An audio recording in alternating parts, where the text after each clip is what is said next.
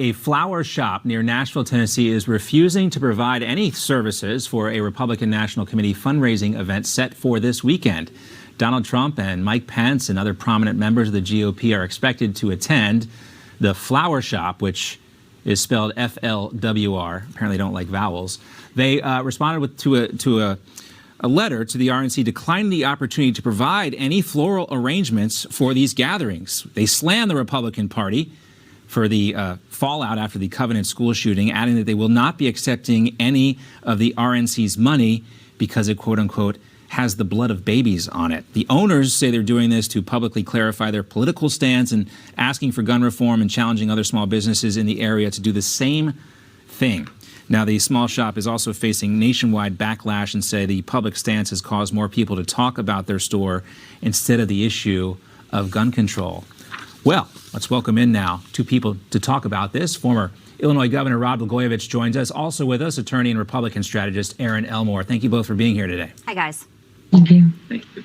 So my question for you first, Erin, is how is this any different than the Colorado baker, Jack Phillips, who declined to bake a wedding cake for a gay couple? He would say that he was being forced to put two men or two women on a cake, something he doesn't believe. He didn't have a problem actually providing the services for gay men and women, but he did not want to depict gay marriage on a cake because it goes against his religious beliefs. Are these flower shop owners opening themselves up to lawsuits here because of this?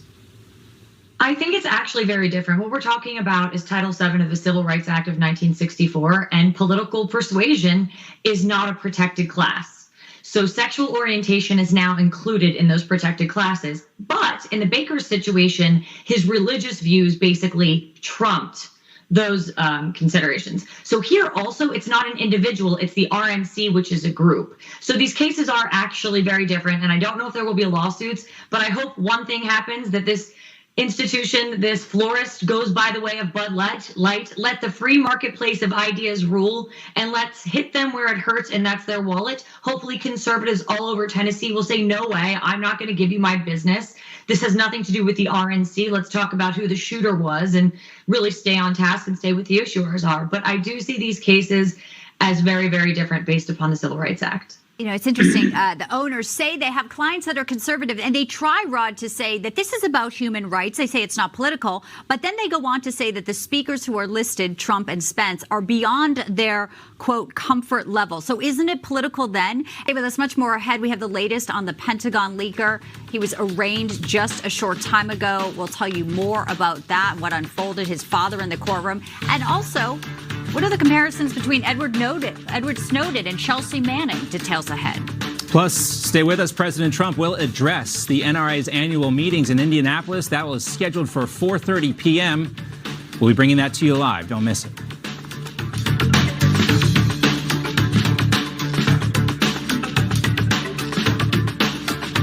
Real heroes. Real conflict. Real threats.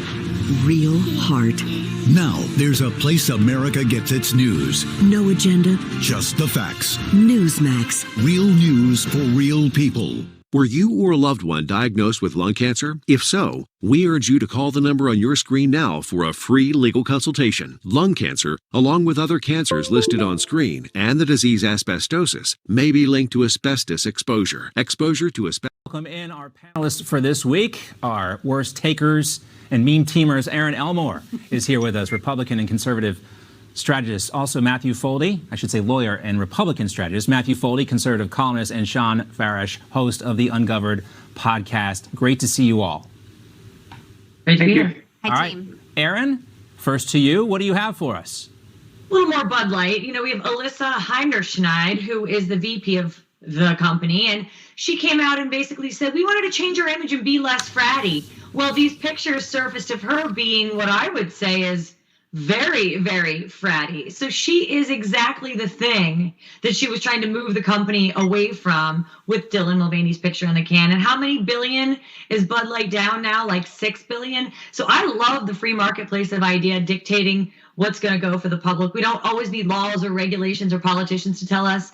All you see is a fratty girl right there saying we don't want to be so fratty. Well, now we know exactly where Bud Light's going, and nowhere good. If they fire her, she can go work at Rolling And as a Rock. fraternity man myself, I am tired of frat guys being marginalized in this society. Matthew, worst take of the week. What do you got for us? Well, that Bud Light executive wasn't even drinking Bud Light in those pictures. But my worst take goes out to NPR specifically because it's leaving Twitter. Panel back with us, Erin Elmore, Matthew Foldy, and Sean Farish, and of course, the lovely Bianca De La Garza as well. All right, Sean. For, oh, you're freaking out over a beer can. Just let it go. These are the same people who got upset about a stick of butter. They got upset about maple syrup and stuff that you put on pancakes. They got upset about Uncle Ben's. First to you. Or second just to a you. little fun here. President Biden just trying to go through his daily life. And I thought this meme summed it up quite nicely. We've seen him fall up this staircase of Air Force One, not once, twice, but 3 times. We've seen him fall off a bicycle.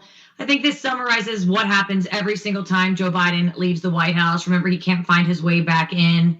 So I think this just really gives that little Friday fun to everything that we're going through in Washington right now. And you just want to pick that lady up and give her a hug. It's going to be okay. It is. Now she's a meme. She's going to be okay. She's embodied Joe Biden's spirit in that situation. All right. Dude with a great meme. Do we have it, guys? The mashup here. Special? Yes, this is what we've been waiting for. This is the new teammate. We always like to include animals in the meme team. If you've watched before, you know our friend Suraj Hashmi and his dog Ernie get to participate. But now we have a new addition to the meme team. What's his name? Her name is Sandwich. We got her at Big Dog Ranch Rescue, which is the largest no-kill rescue in the country. They closed down a puppy mill in, I believe, Mississippi. So they have amazing, beautiful, adorable dogs right now, every kind, every size, every age, and they're doing great work over there. And Sandwich is a little lady, and she's a Republican, and she loves Donald Trump, and she loves Florida. Yeah. Now, here's a true story. I remember Erin told me she was going to get this dog, and she was like, I'm going to get a dog. My son wants a dog. And all she talks about now is this dog, Sandwich. Of course. I got a kitten recently, and just like Erin, it's a conservative kitty. She was actually supposed to go to California, but a family backed out because of the flooding. So I rescued this cat technically from the Democrat stronghold of California, and she's in the free state of Florida. Her name's Margot. So like Sandwich, living the good life. Well, my dog is still a puppy too. But she's a little liberal right now. I hope she becomes. She gets on the counter and takes everything without asking, which I think she has a liberal policy when it comes to food. So anyway, not politically liberal. She's not drinking Bud Light though these days. No, we don't let her drink beer. Not yet. Like I said, she's still a puppy. All right, guys, great to see you. Thanks for playing with us on Meme Team and Worst Takes of the Week. Erin Elmore, Matthew Foldy, and Sean Farish. Sean, we got 10 seconds left. Give us like a nice little comment in Donald Trump's voice about Sandwich there, the dog. Yes. Well, I think it's a beautiful dog. I think it's a talented dog, and I think it's a highly respected dog. And I appreciate the fact that it's a female dog and still identifies with the right pronouns. It's incredible. Great job. All right, guys. Have fun and be safe this weekend, everyone. Take care. She's adorable, Erin. Thanks, team. I love her. Everything John said was true. I'm obsessed. Normal. Yes, How can you not? Thanks, guys. All right, and much more.